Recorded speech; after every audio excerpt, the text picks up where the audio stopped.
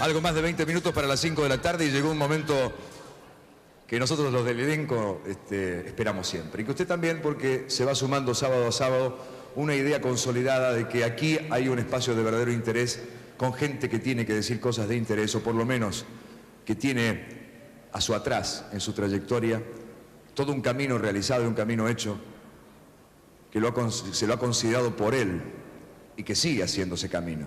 Hoy, ese hombre que nació en 1911 en Rojas, la provincia de Buenos Aires, y que allá por el 30 y pico fue doctor en ciencias físico-matemáticas, ese hombre que escribió su primer libro aún inédito allá por 1940 y que empezó a partir de ahí a ser uno de los escritores más importantes de habla castellana. Se le ha otorgado el premio Cervantes en el 85, que para nuestro país es el premio más importante, y para Hispanoamérica también. Y bueno, hoy está aquí comprometido con la realidad, como siempre lo ha estado, dispuesto a charlar con nuestro elenco. Bienvenido, señor Ernesto Sábato, a nuestra compañía. Bienvenido. Gracias. Entre otras cosas, ha estado en todos los ciclos de nuestra compañía. Y una vez hasta me supo decir que le gustaba la música de los Beatles, cosa que no sé si todavía le sigue gustando. Claro, por supuesto. Y en su libro, en uno de sus libros lo menciona. Ernesto, Mario Mactas comienza con este reportaje. Gracias, y gracias por venir, Ernesto. Ernesto, pues ha pasado ya mucho tiempo, ciertamente, desde aquel 9 de julio, de algún modo inaugural para nuestra nacionalidad, para nuestra conformación como país, y ha ido fluyendo también nuestra historia, como la de tantos pueblos, a menudo muy agitada, difícil. Bueno, pero aquí estamos, al 9 de julio del 88, a esta altura, y después de que fluyera esa historia, a esta altura y en el día de hoy, ¿cuáles son de este país nuestro, de los argentinos, las cosas que más esperanza le dan hoy y de cara al futuro, y las cosas que le producen aflicción? Si le digo que tengo un poco de frío... Se lo voy a creer. Y si les digo que la esperanza me lo dan gente joven como estos, van a parecer que es demagógico, ¿no? Pero es así. Son, de una manera u otra, son la esperanza, son los que van a tener que hacer después de nosotros la realidad.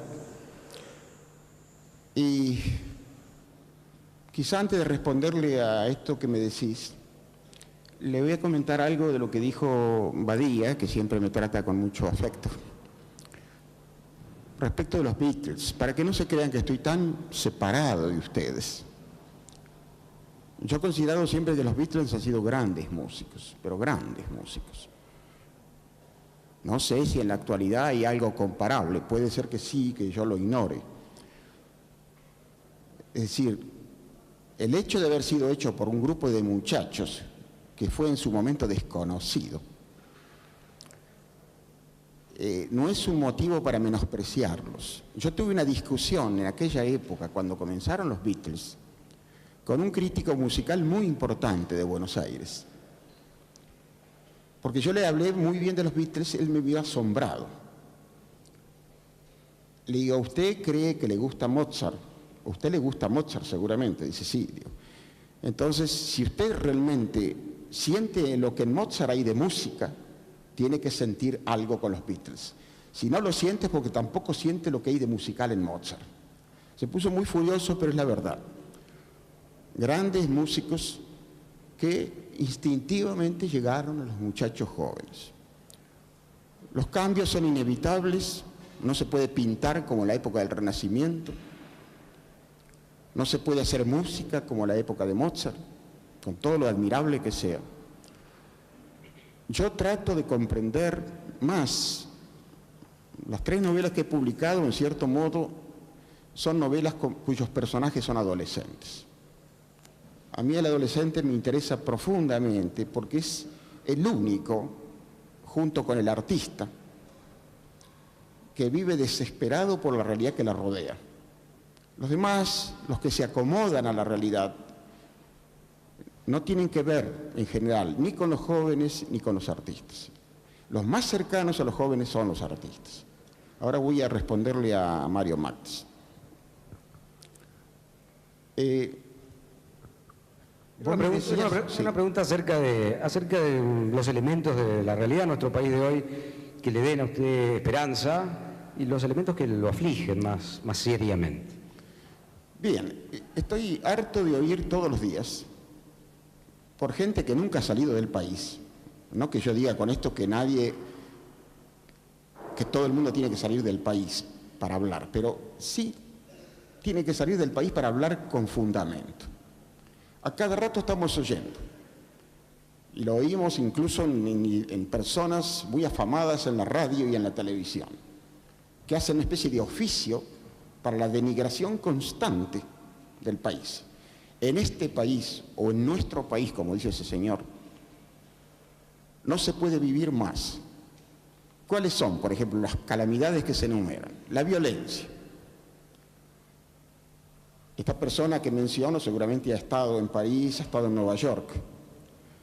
El que ha vivido alguna vez en Nueva York o en San Francisco sabe que la violencia en la Argentina, al lado de lo que sucede en las calles de Nueva York, que ustedes pueden más o menos sospechar viendo las series televisivas, lo que acá sucede es una broma, es juego de niños.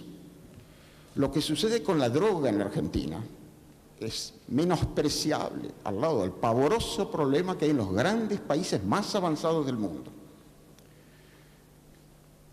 Y así con todo, lo que se ve en televisión, lo que se critica por esto o por aquello. Es decir, hay una industria nacional que consiste en producir descreimiento, constante descreimiento en nuestro país. En lugar de luchar con todas sus fuerzas para levantar todo lo que sea levantable, para mejorar lo que se pueda mejorar, se entregan a ese oficio demagógico y fácil, de mucho efecto, de decir esto es una porquería. Y esto no es cierto. Acá tenemos cosas muy graves y no tenemos que ocultarlas. No estoy diciendo que este sea el mejor país del mundo, este es otro de los defectos argentinos, sí, de verdad. Creer que este es un país único en el mundo. No es así. Este es un país de tantos y ahora un país pobre. ¿Qué pasa? Cuando un intelectual es premiado, se sabe que estos premios a veces no tienen demasiado fundamento. Una sociedad deseosa de este tipo de triunfos los eleva a un lugar en que los pone en una especie de pedestal y les da permiso para hablar de estas cosas. Esto avanza hacia la realidad y, por ejemplo, algún intelectual, Lugones, en su momento llega a declarar llegada la hora de la espada. Digo, ¿no se siente a veces en un lugar muy peligroso en ese sentido, como haber pasado de la literatura, avanzado hacia la CONADEP a partir de esos triunfos que en el fondo usted mismo lo reconoce, lo he escuchado y leído, son un poco vacíos? ¿No es demasiado peligroso ese lugar para la gente endiosada así en un país tan difícil como este? Sí, pero también les repito un poco lo de antes. No creamos que esos vicios son estrictamente argentinos. No, pero digo, acá sucede, por eso. Los argentinos somos tan nacionalistas que hasta nuestros defectos nos parecen únicos en el mundo, ¿no? No es así. El público de fútbol, para poner otro ejemplo popular, ustedes saben lo que son los ingleses. Las barras bravas, eso existen en todos los países. Lo que es un partido de hockey sobre hielo en Estados Unidos, eso es una carnicería. ¿Me permite una grosería? Sí. Interrumpirlo para desviarlo, para traerlo otra vez. Ya voy a ir a eso. Yo no estoy diciendo que esto sea un patrimonio argentino, lo que estoy diciendo es que en la Argentina pasa y que no es el ámbito del deporte. Pero no es siempre así. No todos los premios que se dan son indebidos. ¿Cómo se sabe cuándo lo son? No, es muy difícil. El premio Nobel, por ejemplo, es tan inescrutable como Dios. A veces inescrupuloso más que inescrutable. No siempre, no creo que sean inescrupulosos. A veces son simplemente personas que se equivocan, cosa muy frecuente en la raza humana. Se han dado premio Nobel a grandes escritores, no se han equivocado en el caso de un Thomas Mann, de un Faulkner, para poner dos ejemplos. Se han equivocado en el caso no dándoselo a Joyce, no dándoselo a Proust. Entonces, ni hay que alegrarse demasiado que a uno le den el premio Nobel, ni hay que entristecerse demasiado si no se lo dan. Es decir, dejemos el premio Nobel de lado. Todos los premios, en todas partes del mundo, es un ejemplo típico, son suecos, no argentinos, los que se equivocan. En todas partes del mundo se cometen equivocaciones con los premios, eso no es tan importante. En cuanto a endiosar gente, también se endiosa. En Estados Unidos, los grandes ídolos deportivos son grandes dioses. grandes dioses, tanto en el béisbol como en el box. Eso es un fenómeno mundial, el endiosamiento. No creo, en cuanto a los intelectuales argentinos, yo no puedo hablar con mucha libertad, no por miedo, sino porque yo mismo soy un intelectual. Creo que hay, como en todas partes del mundo, hay buenos intelectuales, hay intelectuales detestables, hay hombres que son coherentes, hay hombres que son traidores, hay hombres que están mercantilizados, hay hombres que son muy puros. En otras palabras, la condición humana es la misma en todas partes. Don Ernesto, quería saber, conocer, si usted cree en la memoria colectiva de los pueblos, y si cree en la memoria colectiva de los pueblos, me gustaría, no por un acto de demagogia, pero aquí están, son jóvenes, que hablase con la juventud, que le diese un mensaje, pero a partir de su paso por la CONADEP. Bueno, las calamidades son útiles para los hombres en particular y para las comunidades en general.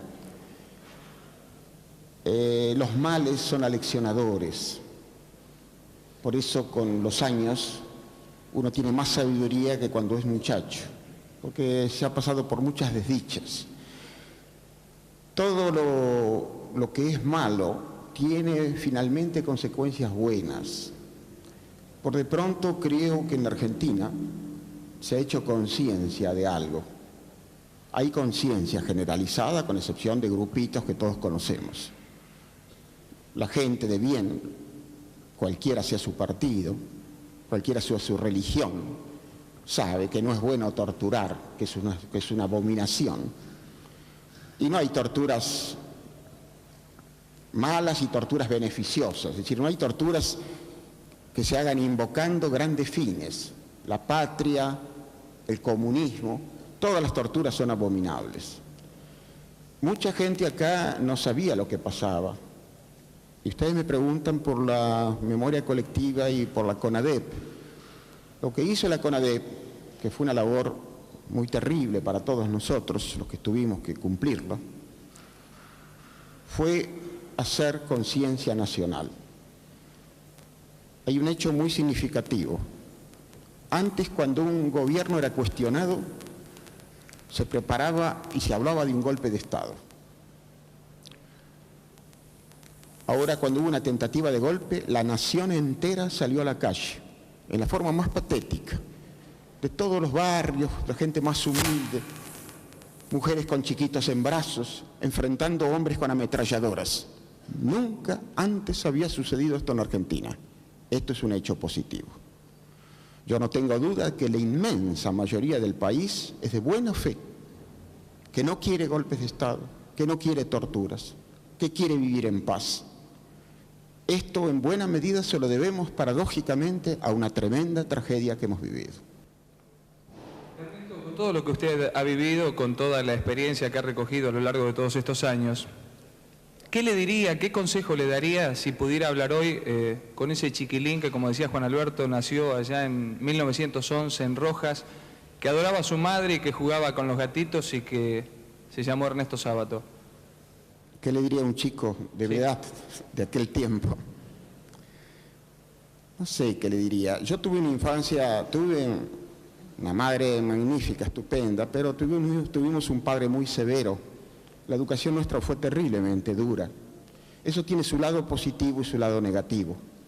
El ideal de la educación es un equilibrio entre el amor y la autoridad. Este es el gran principio que debería regir toda educación. Esa perfección es difícil tenerla y pedirla. Ahora que ha muerto y cuando ya no le puedo decir palabras de afecto, advierto cuánto de gran tipo tenía mi padre.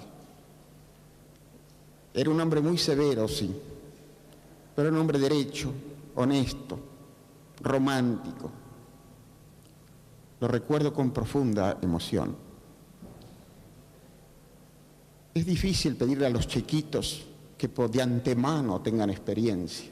Decirle, mirá, vas a ver que con el tiempo esto que te parece tan horrible, no se puede. La experiencia la tiene que hacer cada uno, cada vez Cada ser humano tiene que hacer la experiencia de toda la humanidad. En ese sentido, los consejos son muy relativos. El chico se equivoca y es tropezando y equivocándose que va a aprender y que va a comprender a los padres. Ahora, la vida es tan paradójica y tan dolorosa que cuando podríamos entender a nuestros padres están muertos y enterrados. Sabato, quería hacerle una pregunta sobre la relación, o cómo ve usted la relación actual entre los intelectuales y el poder. Le pregunto esto porque hoy nos enteramos de que el escritor Jorge Semprún es ministro de Cultura de Felipe González, Regis Debray, también un escritor, y otrora guerrillero en Cuba, fue ministro de Mitterrand, y también aquí en la Argentina el radicalismo ha incorporado, una vez llegado al poder, a muchos intelectuales.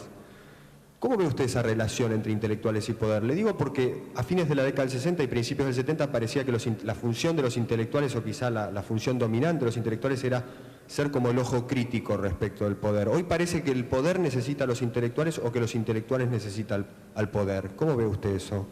Yo prefiero que el escritor y el intelectual en general permanezca independiente. Creo que necesita una sociedad efectivamente el ojo crítico. A mí a veces me preguntan a qué partido pertenezco. Yo no pertenezco a ningún partido, no por cobardía ni por conveniencia, al revés, me trae muchos inconvenientes. Prefiero estar en santos lugares con un cañoncito particular y dispararlo cuando es necesario. Creo que eso es bueno. Además, no me gusta que los intelectuales se domestiquen. No me gusta tampoco que pertenezcan al poder. Esta es una posición que yo no pretendo imponerla a los demás. Precisamente porque no pretendo imponerla a los demás, que me gusta que me dejen tranquilo. Yo soy una persona bastante individualista que trato de servir a mi comunidad en la medida de mis fuerzas cada vez que me es posible.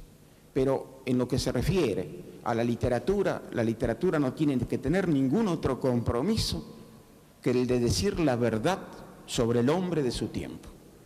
Hablando de literatura, don Ernesto, en su libro El túnel, el personaje masculino termina finalmente matando a María Iribarne porque de alguna manera él no tolera todos los enigmas que la vida de María Iribarne le plantea, o quizás los inventa él, no sé si ella se los plantea o él se los inventa. Lo cierto es que a mí me gustaría saber si para usted la mujer representa de verdad un enigma, o me gustaría más bien que hablase de la mujer en la historia argentina, de su madre, de su mujer, de la mujer en la actualidad, de la mujer desde donde usted elija hablar. Eso también va a ser una respuesta, va a tener toda una definición. Es decir, si no me equivoco, usted quiere que inmediatamente me pelee con todas las mujeres que están acá. Que haga lo que usted quiera. No, el tema es muy complicado. El hombre y la mujer son seres complementarios. En primer lugar, y fundamentalmente, no me confunda a mí con el personaje que narra el crimen de María Iribarne. Yo nunca he matado a nadie, ¿no? Ajá. Es frecuente confundir al escritor con sus personajes. Sí. No. Yo no tengo la posición totalmente paranoica que tiene María Iribarne, que tiene Juan Pablo Castel. Yo creo que la mujer es el fundamento de la existencia, de la humanidad. Y no vayan a creer que yo hago demagogia, detesto la demagogia. La demagogia es a la libertad como la prostitución es al amor. Yo creo que la mujer es el fundamento de la especie, en el sentido biológico y aún en el sentido espiritual. Es el centro de todo. De que lejos de mí tener una opinión discriminatoria o inferiorizante de la mujer. Creo que la mujer, yo tengo la propia experiencia personal, como tenemos todos. Yo no hubiera publicado ningún libro sin el apoyo tenaz, heroico, y digo heroico porque hemos pasado realmente momentos muy duros en nuestra existencia, sin el apoyo de Matilde. Yo no hubiera publicado ningún libro porque soy muy autodestructivo. La mujer puede ser, y ha sido siempre, el puntal de la existencia. A usted se le puede preguntar cualquier tipo de cosas, no solamente nosotros, sino cualquiera, porque entre otras razones, todos lo vemos como una suerte de oráculo, casi, a través de todo lo que usted es, de lo que usted sabe, y de su experiencia inclusive. Por eso me permito hacerle esta pregunta que sé que no es fácil, pero que tal vez usted nos pueda orientar sobre las 3 cosas posiblemente que más nos preocupen a todos, aún a los chicos más jóvenes, y que están rondando siempre alrededor nuestro. La vida, el amor y la muerte. ¿Cuál es su visión de cada una de esas 3 cosas hoy a los 77 años y desde su punto de vista de oráculo? Las 3 cosas están vinculadas. La vida sin el amor no tendría sentido y la vida tiene inevitablemente el fin de la muerte. La vida es una preparación para la muerte y eso con los años uno lo aprende. A veces cuando uno es más joven piensa que va a ser horrible morirse y con los años se va admitiendo la posibilidad, se van viendo las cosas desde otro ángulo. La vida es una preparación para la muerte y la muerte le da sentido a la existencia. Las cosas que suceden más significantes. Yo, por ejemplo, veo un chico que juega, que está en su mundo aislado, perfecto. No sabe todo el horror que le espera en la existencia. La vida, la muerte, el chico no puede tener conciencia de eso. De grande uno se da cuenta que todo lo que le pasa, incluso y quizás sobre todo lo malo, le da valor a la vida. Y la muerte, que es lo peor, que es lo más trágico, valoriza toda la vida. Es decir, cualquier cosa, por insignificante en apariencia que sea, cualquier pequeña realización, por ejemplo, supongamos que uno pinta como yo intento, y uno logra hacer algo, eso tiene mucho valor porque uno se va a morir. Son pedazos de absoluto que uno arranca a la existencia que es relativa. El arte es un intento de lograr momentos perfectos. Y todos esos momentos son valorizados porque existe la muerte. Si fuéramos eternos, nada tendría mayor importancia. Lo que yo no hago ahora lo puedo hacer dentro de 4 siglos. Es la muerte lo que valoriza cada pequeño hecho. El amor de una madre por su hijo, el cariño de un hombre por su camarada en la guerra o en la lucha cotidiana. Todo está valorizado porque somos perecederos, porque no somos eternos. Y en cuanto al amor, bueno, es el sentimiento más profundo y más valorable en esta vida relativa, inexorablemente transitoria que tenemos. No siempre se tiene oportunidad en nuestro transitar por el ciclo de nuestra compañía de sentarlo a Ernesto Sabato aquí. Aunque sea una vez por año tenemos ese lujo y por eso lo hemos querido aprovechar. Muchas gracias en nombre de todo el elenco, señor Ernesto Sabato. Ya volvemos, le seguimos siendo compañía.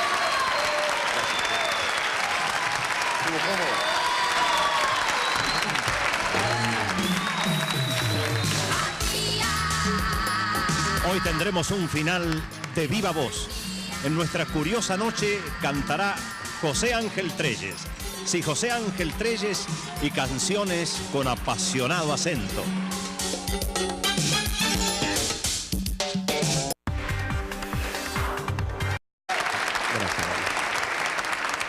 Entre otras cosas, ha estado en todos los ciclos de nuestra compañía. Y una vez hasta me supo decir que le gustaba la música de los Beatles. Cosa que no sé si todavía le sigue gustando. Claro, por supuesto. Y en su libro, en uno de sus libros lo menciona. Ernesto, Mario Mactas comienza con este reportaje. Gracias y gracias por venir, Ernesto. Ernesto, pues ha pasado ya mucho tiempo ciertamente desde aquel 9 de julio, de algún modo inaugural para nuestra nacionalidad, para nuestra conformación como país, y ha ido fluyendo también nuestra historia, como la de tantos pueblos, a menudo muy agitada, difícil. Bueno, pero aquí estamos, al 9 de julio del 88, a esta altura, y después de que fluyera esa historia, a esta altura y en el día de hoy, ¿cuáles son de este país nuestro, de los argentinos, las cosas que más esperanza le dan hoy y de cara al futuro y las cosas que le producen aflicción? Si le digo que tengo un poco de frío... Se lo voy a creer. Y si les digo que la esperanza me lo dan gente joven como estos, van a parecer que es demagógico, ¿no? Pero es así.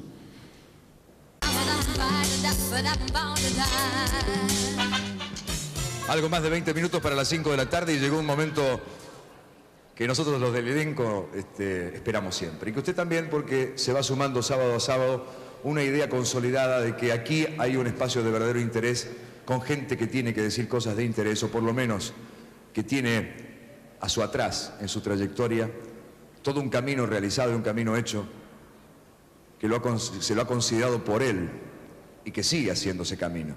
Hoy, ese hombre que nació en 1911 en Rojas, la provincia de Buenos Aires, son, de una manera u otra, son la esperanza, son los que van a tener que hacer después de nosotros la realidad. Y quizá antes de responderle a esto que me decís, le voy a comentar algo de lo que dijo Badía, que siempre me trata con mucho afecto, respecto de los Beatles, para que no se crean que estoy tan separado de ustedes. Yo he considerado siempre que los Beatles han sido grandes músicos, pero grandes músicos. No sé si en la actualidad hay algo así que allá por el 30 y pico fue doctor en ciencias físico-matemáticas. Ese hombre que escribió su primer libro aún inédito allá por 1940 y que empezó a partir de ahí a ser uno de los escritores más importantes de habla castellana. Se le ha otorgado el premio Cervantes en el 85, que para nuestro país es el premio más importante, y para Hispanoamérica también. Y bueno, hoy está aquí comprometido con la realidad como siempre lo ha estado, dispuesto a charlar con nuestro elenco. Bienvenido, señor Ernesto Sábato, a nuestra compañía. Bienvenido.